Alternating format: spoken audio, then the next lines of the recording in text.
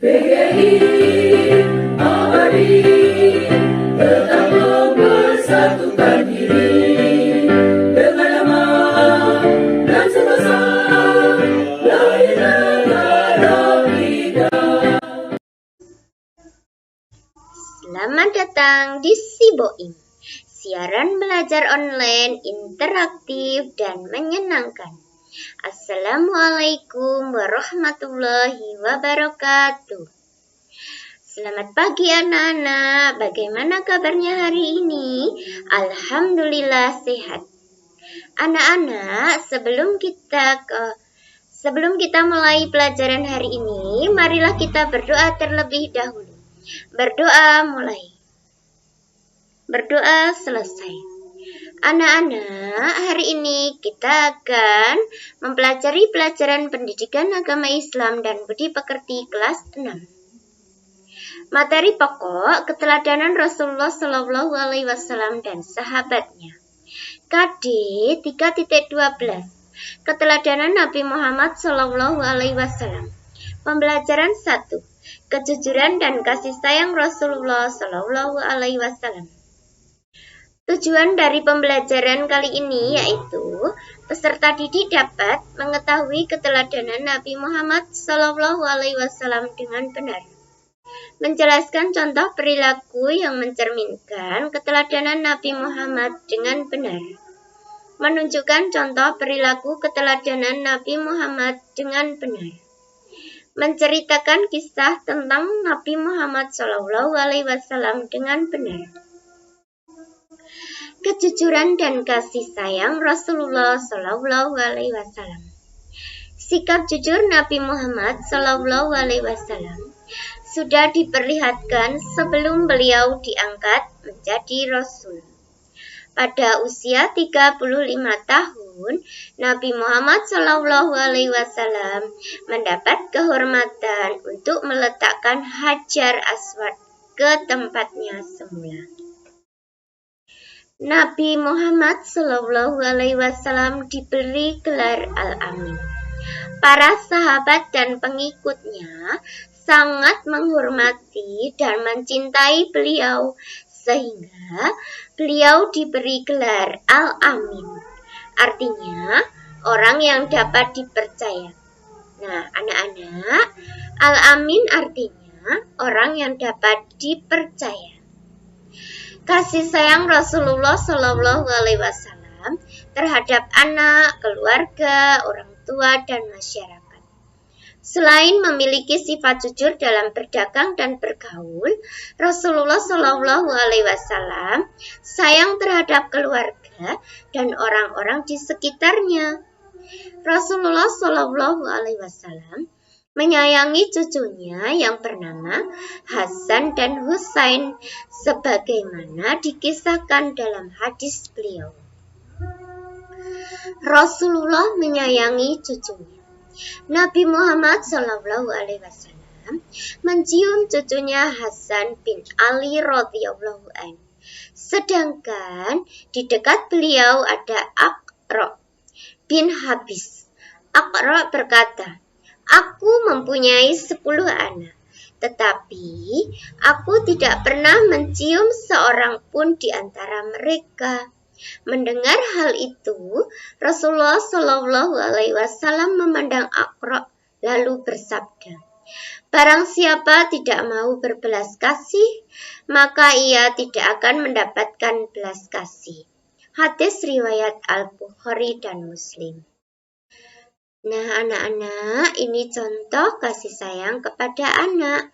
Ada seorang kakak bersama adiknya. Kakak menyayangi adik, adik menghormati kakak. Kepedulian Rasulullah terhadap lingkungan. Rasulullah selain menyayangi terhadap keluarga, orang tua, dan masyarakat, juga peduli terhadap lingkungan. Kepedulian Rasulullah SAW terhadap lingkungan bukan hanya pada ibadah seperti sholat, tetapi beliau pun peduli terhadap lingkungan hidup. Hal itu tercermin pada perilaku beliau antara lain sebagai berikut. Nabi Muhammad Shallallahu Alaihi Wasallam sangat hemat dalam mempergunakan air.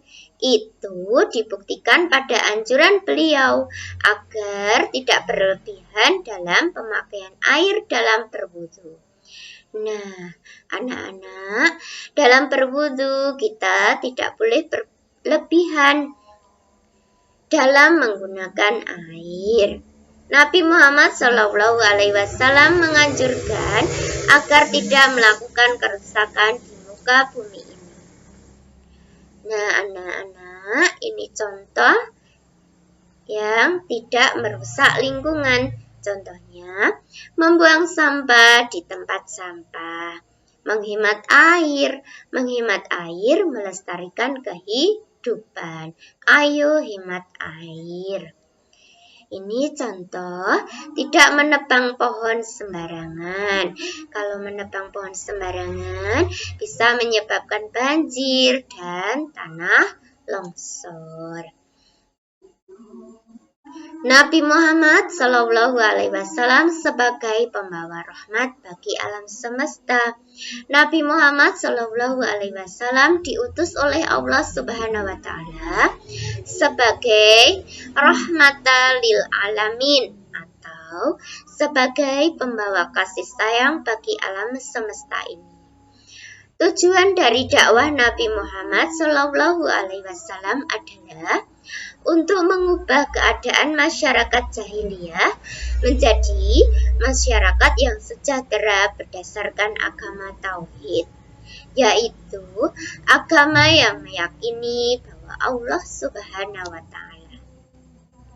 Nah, anak-anak, dari materi yang tadi Ibu sampaikan, kita dapat menarik kesimpulan, yaitu sebagai umat Nabi Muhammad Shallallahu Alaihi Wasallam, kita harus menjunjung tinggi ajaran beliau. Misalnya, kita menghormati orang yang lebih tua dan menyayangi orang yang lebih muda. Kita berperilaku sopan dan bertutur kata santun terhadap orang tua, guru, dan masyarakat sekitar. Kita juga harus menjaga lingkungan kita agar selalu bersih, karena kebersihan adalah sebagian dari iman. Oleh sebab itu, kita tidak membuang sampah di sungai atau selokan, karena selokan yang penuh sampah akan dangkal, saluran air tidak lancar, sehingga di musim hujan, daerah tersebut menjadi banjir. Kita harus peduli terhadap lingkungan sekitar untuk kebaikan diri dan orang lain. Kita harus selalu berperilaku sesuai ajaran Rasulullah. Nah, anak-anak, ini contoh gambar kegiatan yang diakibatkan oleh tidak menjaga lingkungan. Contohnya, banjir, tanah longsor, kebakaran hutan, gunung meletus.